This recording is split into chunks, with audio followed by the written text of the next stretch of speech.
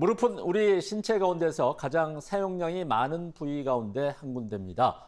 그만큼 빨리 닳고 또 빨리 낡기도 하는데요. 우리 집 주치 이렇게 말도 많고 탈도 많은 무릎 질환을 한방적으로 치료하는 방법에 대해서 지금부터 알아보겠습니다.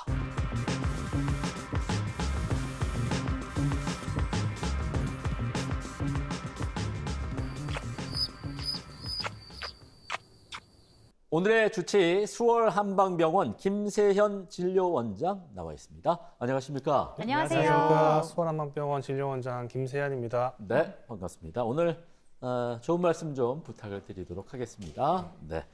자, 얘기 본격적으로 나누기 전에 제가 우리 패널 두 사람에게 좀 질문을 해보도록 하겠습니다. 네. 인체 뼈 긴장하고 있는 것 같은데. 너무 긴장돼요. 너무 긴장돼요.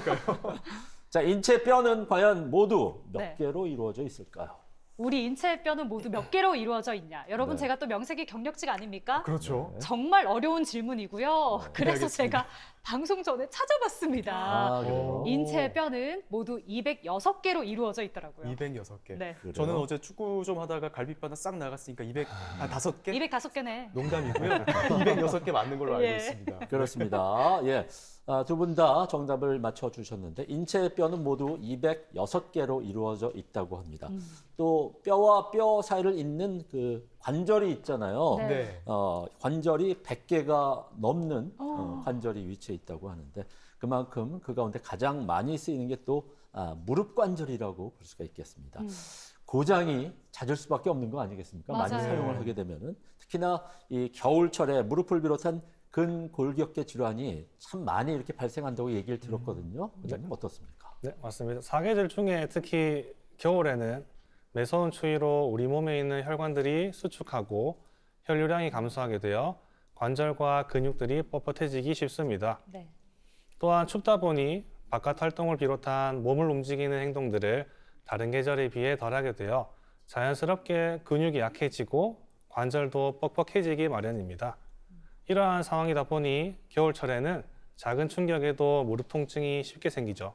사실 무릎이 우리가 정말 자주 쓰는 부위면서도 네. 우리 체중 지탱해주는 아주 중요한 부위잖아요. 그렇죠. 그래서 무릎이 튼튼해야지 우리 삶이 아주 편하다는 뜻일 텐데 잘 알고 있지만 한 번만 더 여쭤볼게요. 무릎이 얼마나 중요한 친구인가요? 무릎은 대퇴골, 경골, 슬개골이 연결된 우리 몸에서 생김새가 가장 복잡한 관절로 체중을 지탱하고 걷기, 뛰기, 앉기 같은 모든 움직임에 관여를 하게 됩니다.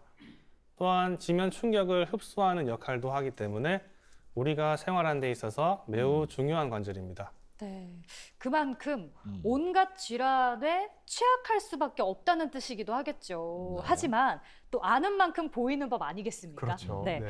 원장님, 무릎 질환에 대해서 알기 전에 일단 무릎 관절이 어떤 구조를 하고 있는지 짚어보고 넘어가면 좋을 것 같아요. 무릎은 대퇴골, 경골, 슬개골로 이루어진 관절로 대퇴골과 경골 사이에 있는 반월상 연골, 대퇴골과 슬개골 사이에 있는 대퇴활차연골, 그리고 슬개골 연골, 대퇴골과 경골을 이어주는 내외측 측부인대, 그리고 전방, 후방 십자인대로 구성되어 있습니다. 네, 이렇게 자주 쓰이는 부위이다 보니까 우리가 관심이 클 수밖에 없고 또 오해도 많은 그런 부위가 바로 무릎이라고 할 수가 있겠습니다. 퇴행성 관절염부터 해서 연골 손상, 인대 파열까지 이 무릎 관련 질환이 과장님 아주 다양합니다. 네. 맞습니다. 네.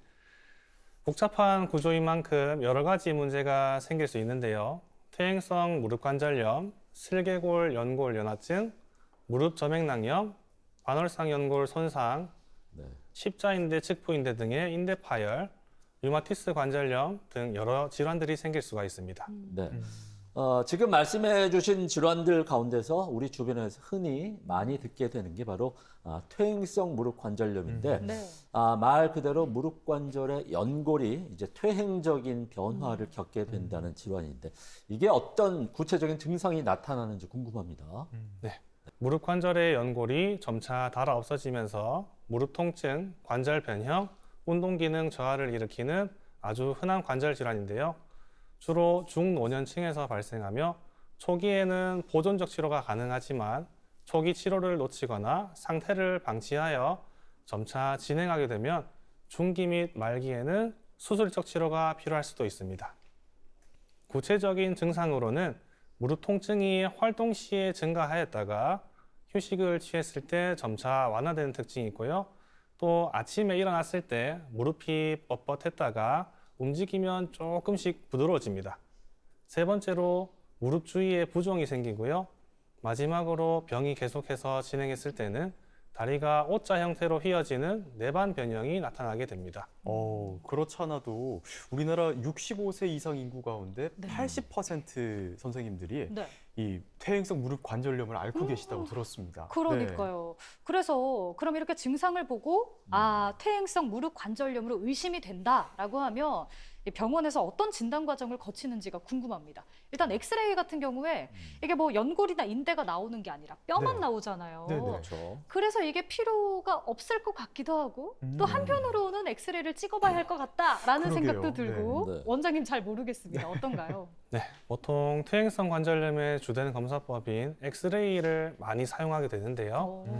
엑스레이 소견으로는 병의 진행에 따라서 관절 간격이 감소하고 골격이 형성되고요. 연골하골이 경화되는 소견이 보이게 됩니다. 그리고 필요 시에는 MRI 검사를 통해 연골 손상의 정도를 확인하게 되는데요. 다른 염증성 관절염, 즉 류마티스 관절염 등과 감별하기 위해 관절의 검사를 시행하기도 합니다. 네. 일단 이렇게 증상과 진단에 대한 궁금증을 알아봤는데 이제는 구체적인 치료 방법에 대해서 얘기를 좀 들어봐야 될 것 같습니다. 퇴행성 슬관절염이죠. 예. 이거 한방적으로 어떻게 치료를 하게 되나요? 네, 보통 한방적으로는 침 치료로 무릎 주변 연골이나 인대, 근육, 경혈을 자극해 혈류를 개선시키며 염증을 완화시킵니다. 그리고 뜸 치료로는 관절면에 온열 자극을 주어 혈액순환을 도와주고요. 그리고 봉약침 치료로는 염증이 있는 관절 부위에 한약 성분을 분리 추출하여 만든 봉약침액을 주입하여 소염 진통 그리고 조직 회복을 촉진시키는 치료를 하게 됩니다. 네. 부항요법으로는 무릎 주변 근육 긴장 완화 그리고 혈액순환 개선 목적으로 시행하게 됩니다. 다음 추나요법으로는 신체 불균형에 의한 과한 무릎 하중을 줄여주기 위해 관절 교정, 체형 교정, 그리고 근육 긴장 완화를 목적으로 시행을 하게 됩니다. 한약 치료로는 체질에 맞는 처방으로 염증을 완화시키며 연골 보호, 전신의 건강을 개선시키기 위해 시행하게 되는데요. 대표적인 약재로는 우슬, 독활, 당귀 등이 있습니다. 이 퇴행성 슬관절염, 그러니까 퇴행성 무릎 관절염의 한방 치료에 대해서 자세히 다양하게 알려주셨는데 네. 사실 요즘 어떤 치료든 간에 치료 효과를 극대화하기 위해서 한방하고 양방이죠. 음. 네. 한양방 협진 시스템이 이루어지고 있잖아요. 그렇죠. 저도 침도 놓아주셨다가 주사도 놓아주셨다가 제 경험이 좀 있거든요. 아하. 네. 그래서 궁금한 게 이 퇴행성 슬관절염에도 이게 가능하겠죠? 네, 맞습니다. 첫 번째로 도수 치료는 무릎 주변 근육이나 인대를 이완시켜 통증을 줄여주고 관절염 악화를 막기 위해 근력 강화 목적의 운동 치료를 같이 시행하게 됩니다. 두 번째로 체해 충격파는 염증 및 부종이 있는 조직에 음파를 전달하여 미세 손상을 유도하고 이를 통해 혈액량 증가, 신생혈관 생성, 소염 진통, 조직 재생에 도움이 되도록 시행하게 됩니다. 네. 일단은 그 비수술적인 치료로 나아지지 않을 경우에는 마지막으로 이제 수술적인 방법을 우리가 생각을 해봐야 될 것 같은데 원장님, 그 인공관절 수술을 한 다음에 이 한방병원에서 할 수 있는 재활 방법들이 어떤 게 있습니까? 네, 첫 번째로 한방적으로는 수술 부위의 주변의 혈류를 개선시키고 통증을 완화시키며 회복을 촉진하는 침, 약침, 뜸, 부항 치료를 시행하게 되고요. 네. 혈액순환 및 염증 억제, 자가 회복력 강화, 붓기를 개선시키는 한약 처방을 받게 됩니다. 또 무릎 주위 근육을 강화시키며 무릎 관절 가동 범위를 회복시키는 재활 운동 관련해서도 저희가 지도를 도와드립니다. 양방 치료로는 무릎 가동 범위 회복, 무릎 주변 근육과 인대 이완, 재활 중반 이후부터는 보행 및 근육 강화 훈련을 하는 도수 재활 치료를 시행하게 됩니다. 그리고 관절 가동 범위의 점진적 회복, 즉 무릎 굴곡 최대 140도 목표로 시행하게 되는데요. 일명 꺾기 치료인 CPM 치료를 같이 하게 됩니다. 네, 알겠습니다. 네. 지금 말씀해주신 퇴행성 슬 관절염이 이제 보통은 이제 연세가 지긋하신 분들이 많이 네. 걸리는 질환인데, 근데 또 이게 나이가 젊다고 해서 무릎에 문제가 안 생기는 건 아니더라고요. 태욱 씨도 그렇고, 산 증인입니다. 저도 그렇고 무릎이 안 좋은데 네. 최근에 또 야외 활동을 많이 하는 젊은 사람들 사이에서 슬개골, 연골 연화증이 그렇게 많이 발생한다고 합니다. 원장님, 이 주된 증상이 뭘까요? 네, 슬개골 연골 연화증은 말 그대로 슬개골 뒤쪽에 자리에 있는 슬개골 연골이 약해지면서 생기는 질환인데요. 주된 증상으로 무릎 앞쪽에 통증이 생기는데요. 특히 계단 오르내리기, 쪼그려 앉기, 장시간 앉았다 일어났을 때 심해지는 특징이 있습니다. 오. 그리고 무릎을 굽혔다 폈다 할 때 뚝뚝 소리와 함께 통증이 생기고요.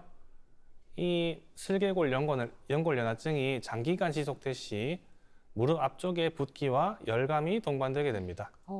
그렇군요. 저도 이렇게 오랜 시간 앉아 있다가 이제 무릎을 세워서 일어나게 되면은 절로 이제 네. 곡소리가 납니다. 아이고. 아이고. 그래서 오늘 주제인 그 퇴행성 슬 관절염부터 슬개골 연골 연화증까지 남 얘기 같지 않은데 언젠가부터 이렇게 뚝뚝 소리도 나고 저도 오늘 이 시간 좀 귀를 기울여서 듣고 있습니다. 네. 그 슬개골 연골 연화증의 원인은 어디에 있을까요? 네. 첫 번째로 외상을 들 수 있는데요. 교통사고, 스포츠 손상 등으로 무릎 앞쪽에 강한 충격이 있었을 시 생길 수 있고요. 네. 스키, 달리기, 계단 오르내리기 등 반복적인 무릎 사용으로도 생길 수가 있습니다. 무릎 꿇기, 쪼그려 앉기, 장시간 운전을 하거나 가부좌 자세를 많이 하게 되면은 생길 수 있고요. 허벅지 앞쪽과 뒤쪽의 근육의 균형이 깨져서 슬개골의 압박이 증가할 때도 잘 생깁니다. 그리고 활동량이 많은 젊은 층, 특히 하이힐 착용을 많이 하시는 여성분들에게 흔한 질환입니다. 네. 네. 그런데 또 저야말로 좀 걱정입니다. 이 축구를 좋아하는 저로서는 이게 남일 같지가 않거든요. 제가 어제도 했고 내일도 할 거고 주말에도 축구를 할 거거든요. 그만 좀 하세요. 무릎을 위해서. 관절아 미안해. 그래서 더 궁금합니다. 네. 그러면 이 슬개골 연골 연화증이죠. 우리 한방에서는 어떻게 치료하나요? 슬개골 연골 연화증은 침, 뜸, 부항으로 무릎 주변 혈류를 개선시키고 통증을 완화시키며 기혈 순환을 촉진으로 회복력 강화를 도모하게 됩니다. 그리고 약침 치료는 염증을 줄여주고 연골을 재생시키는 성분을 무릎 관절에 직접적으로 주입하여 염증을 완화시키고 연골 회복을 촉진시킵니다. 그리고 봉침 치료는 봉톡 성분으로 면역 반응을 조절하여 염증을 억제시키고 통증을 완화시킵니다. 한약 치료는 보통 관절 연골의 탄성을 회복시키고 기혈 순환 개선시키고 약해진 연골을 강화시키는 처방으로 처방을 하게 됩니다. 그리고 대퇴사독은 햄스트링 강화 훈련으로 무릎 안정성을 확보시키며 슬개골 압박 감소를 목표로 운동 치료를 시행하게 됩니다. 네, 그렇군요. 그리고 앞서 다양한 무릎 질환을 말씀을 해주셨는데 그 가운데서 사실 건강 365 9년차 경력직인 저에게도 굉장히 오. 생소한 이름이 있었습니다. 그게 뭐냐면 무릎 점액낭염. 이게 어. 대체 무슨 질환이죠? 네, 무릎 점액낭염이란 무릎 관절의 움직임에 있어서 구조물 사이의 마찰을 줄여주는 점액낭들의 염증이 생기는 질환으로 네. 주로 해당 점액낭 부위에 부종, 열감, 통증이 특징인 질환입니다. 허허. 그렇군요. 지금 말씀을 듣고 나니까 이 무릎이라는 부위가 많이 쓰기도 하지만은 이 외상과 염증에도 많이 취약한 부위가 아닌가 이런 생각이 듭니다. 지금 얘기가 나왔습니다. 무릎 점액낭염 이게 원인이 어디에 있을까요? 네, 무릎 점액낭염의 원인은 네. 첫 번째로 반복적인 압박 그리고 마찰인데요. 특히 장시간 무릎을 바닥에 대고 작업하시는 분들, 그리고 달리기, 계단 오르내리기, 축구와 같은 스포츠를 많이 하시는 분들에게 많이 나타나게 됩니다. 네. 그리고 무릎을 강하게 부딪히는 외상이나 반복적인 작은 충격이 누적되어도 생기게 되고요. 세 번째로 무릎 상처를 통해 세균이 점액낭에 침투하게 되면은 감염성 점액낭염이 발생하게 되는데요. 이 경우 발열, 고름, 심한 붓기가 동반되는 전신 감염 증상도 같이 나타나게 됩니다. 과체중이나 비만 같은 경우에는 무릎 관절에 많은 압박을 가하기 때문에 원인 중에 하나가 됩니다. 네. 지금 그 원인 가운데 이제 반복적인 압박, 축구 같은 스포츠를 들었는데, 예, 태욱 씨도 들었죠? 네, 예. 잘 들었습니다. 예, 좀 조심을 해야 됩니다. 예. 자, 무릎 점액낭염 한방적으로 치료는 어떻게 좀 해봐야 될까요? 네. 한방적 치료로는 염증이 있는 점액낭, 주위 소염, 진통, 혈류 개선을 목적으로 침, 뜸, 부항 치료를 시행하게 되고요. 급성 염증을 완화시키며 진통 작용을 도와주는 약침 치료도 함께 고려하게 됩니다. 그리고 한약 처방은 소염, 진통, 기혈 순환 개선 목적으로 처방을 주로 하게 되고요. 마지막으로 가장 중요한 것인데 무릎 꿇기 그리고 쪼그려 앉기, 바닥에 엎드려 작업하는 등의 이런 행동들을 생활 습관을 교정하여야 합니다. 그리고 체중 관리가 필수적입니다. 양방 치료로는 일명 냉각 치료라고 부르는 크라이오테라피를 먼저 고려할 수 있는데요. 크라이오테라피는 신경 자극을 줄여 통증을 완화시키고 붓기를 삭히며 염증을 억제시키는 치료입니다. 급성기 이후에 부종 완화 이후 조직 회복을 촉진시키며 만성 통증을 관리하는 체외 충격파를 함께 고려할 수 있습니다. 네. 이렇게 설명을 쭉 들어보니까 태욱 씨는 네. 어떤 게 좀 본인 질환인 것 같으세요? 저는 네, 어떤 것 같으세요? 슬개골 연골 연화증이지 않나 이런 생각을 해봤습니다. 왜냐하면 네. 제가 1년 전에 무릎을 다쳤었는데 네네. 그때 그냥 방치했다가 괜찮은 줄 알았는데 얼마 전에 다시 무릎이 아파서 지금 어. 치료를 받고 있거든요. 원장님께 여쭤보고 싶은 게 만약에 예를 들어서 내가 슬개골 연골 연화증이다. 그러면 방치하면 안 되고 바로 병원에 가야 되잖아요. 치료 기간이 어느 정도 걸릴까요? 오. 네, 슬개골 연골 연화증은 그 정도에 따라 다르지만은 주에 2회에서 3회 정도 한방 치료를 통하여 약 한 달간의 경과를 보고 치료를 시행하게 됩니다. 네. 오. 저는 1년 넘었으니까요. 조금이라도 아프신 분들은 빨리 병원 가보시면 좋겠네요. 그래요. 그러니까요. 이 한방하고 양방 치료에 대해서 자세하게 알려주셨는데 사실 가장 좋은 치료는 뭐니 해도 예방이라고 하잖아요. 그래서 우리 몸이 전하는 신호를 잘 파악해서 예방하는 게 참 중요할 것 같은데 이 우리 생활 속에서 실천할 수 있는 무릎 질환 예방법 좀 알려주시면 좋을 것 같습니다. 네. 네, 무릎 질환의 예방법에 대해서 설명드리겠습니다. 첫 번째로는 비만은 무릎 하중을 증가시키는데요. 체중이 1kg 증가할 시 무릎 관절은 약 3kg에서 5kg 정도의 무게를 더 견뎌야 하므로 네. 체중 관리가 필수적이게 됩니다. 두 번째로 규칙적인 운동인데요. 구체적인 운동법은 앉았다 일어서기 같은 스쿼트, 무릎을 펴고 앉아 무릎 뒤에 수건을 말아 넣은 뒤 허벅지 앞쪽 근육에 힘을 주어 네. 오금이 바닥면을 누르게 하는 운동인 쿼드 세팅을 주로 하게 됩니다. 네. 그리고 관절 유연성을 유지하기 위해 스트레칭도 꾸준히 해주시면 좋으시고요. 특히 겨울철에는 무릎 보호대, 온찜질 등을 수시로 하여서 관절 보온을 유지시켜주는 게 좋습니다. 마지막으로 쪼그려 앉기, 무릎 꿇기, 가부좌 등 자세를 피하여 자세 교정을 해주셔야 됩니다. 네, 겨울철에는 아무래도 기온이 많이 낮다 보니까 날이 추워서 몸을 우리가 움직이기 힘들잖아요. 힘들죠. 싫어하고 그러다 보니까 이제 스트레칭도 부족하고 운동도 부족하기 쉬운데 평소 운동 열심히 하는 것 꼭 기억을 좀 해줬으면 좋겠습니다. 마지막으로 무릎 통증으로 고생하고 있는 분들을 위해서 당부의 말씀이 있다면 원장님 한 말씀 부탁을 드리겠습니다. 네, 우리 몸의 버팀목인 무릎, 잘못된 자세와 관절의 퇴행 등의 원인으로 젊은 분들부터 시작해 70대 이상 어르신들까지 다양한 무릎 질환으로 힘들어하시는 분들이 많습니다.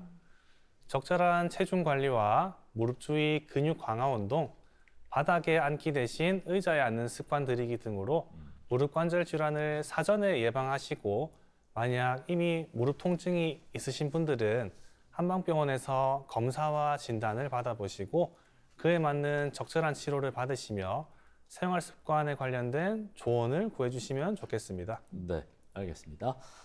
몸을 좀 쓰시는 분들이라면 누구나 무릎 관절의 통증은 한 번쯤 느껴보셨을 겁니다. 그만큼 무릎 관절에 대해서 알고 싶고 궁금했던 것들이 많으셨을 것 같은데 오늘 이 시간 많이 도움이 됐으리라 믿습니다. 자, 오늘 도움 말씀 주신 수월 한방병원 김세현 진료원장님 좋은 말씀 감사드립니다. 네, 고맙습니다. 감사합니다. 그리고 패널 두 분도 수고 많았습니다. 건강하세요. 건강하세요. 네.